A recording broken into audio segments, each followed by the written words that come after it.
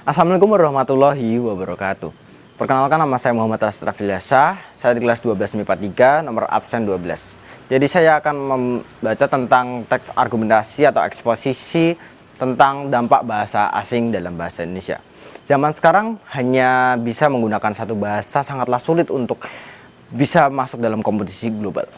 Apalagi posisi sekarang negara kita adalah posisi negara berkembang yang masih memerlukan bantuan dan kontribusi negara lain, khususnya negara maju. Perkembangan bahasa banyak dipengaruhi oleh perkembangan zaman dan berbagai pihak dan negara. Pihak-pihak tersebut ingin mengembangkan dan mendestinasikan bahasanya sebagai suatu bahasa yang dapat dikenal dengan semua pihak di seluruh belahan dunia, dan berikut adanya penulisan ini agar masyarakat dapat mengetahui peran serta pengaruh bahasa asing dalam bahasa Indonesia. Setiap negara mempunyai media komunikasi yang mana dapat melancarkan suatu hubungan antara individu. Alat komunikasi ini disebut dengan bahasa. Bahasa adalah suatu sistem lambang bunyi atribut yang dihasilkan oleh alat ucap manusia sebagai bentuk komunikasi masyarakat kerjasama diunifikasikan diri. Bahasa lisan merupakan bahasa primer, sedangkan bahasa tulisan adalah bahasa sekunder. Atribut yaitu adanya hubungan antara lambang bunyi dan bendanya. Bahasa Indonesia merupakan media komunikasi yang digunakan untuk masyarakat Indonesia dalam berbahasa antar daerah. Bahasa Indonesia juga disebut dengan jati diri bahasa Indonesia itu sendiri. Bahasa Indonesia sudah dikenal dengan anak-anak sehingga dewasa karena merupakan suatu media nasional. Keadaan ini sungguh memprihatinkan jika generasi penerus masa depan, generasi Indonesia tidak bisa menghargai bahasa sendiri, mereka bahasa Indonesia tidak dapat menjalankan fungsi bahasa nasional. Sudah saatnya pemerintahan bertindak dan menyelamatkan bahasa Indonesia dari keterpinggiran. Setidaknya menyelamatkan ini dimulai dari pemerintahan mengeluarkan kebijakan agar bahasa Indonesia tetap menjalankan fungsi walaupun dapat sekolah yang dianggap memenuhi standar internasional.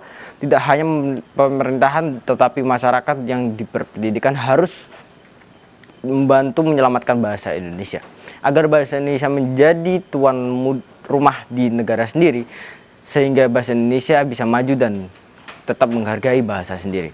Dalam era globalisasi ini, jadi diri bahasa Indonesia perlu dibina dan dimasyarakatkan oleh setiap warga negara Indonesia.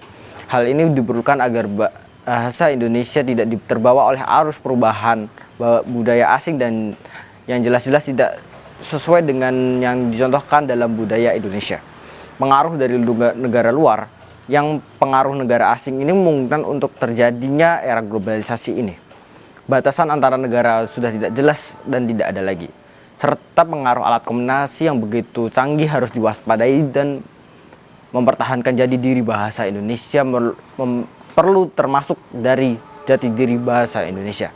Sudah barang tertentu hal ini menyangkut dari tentang kedisiplinan berbahasa Indonesia yang mematuhkan situasi dalam kondisi pemakaiannya.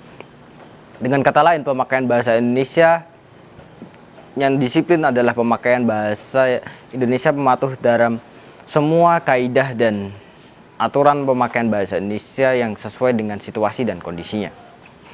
Setiap warga negara Indonesia sebagian masyarakat dan dasarnya adalah pembinaan bahasa Indonesia. Hal ini tidak dapat berlebihan karena tujuan utama pembinaan bahasa Indonesia adalah menumbuhkan rasa membina sikap positif terhadap bahasa Indonesia. Untuk menyatakan sikap positif ini dapat dilakukan dengan sikap kesetiaan dalam berbahasa Indonesia, sikap kebanggaan dalam berbahasa Indonesia.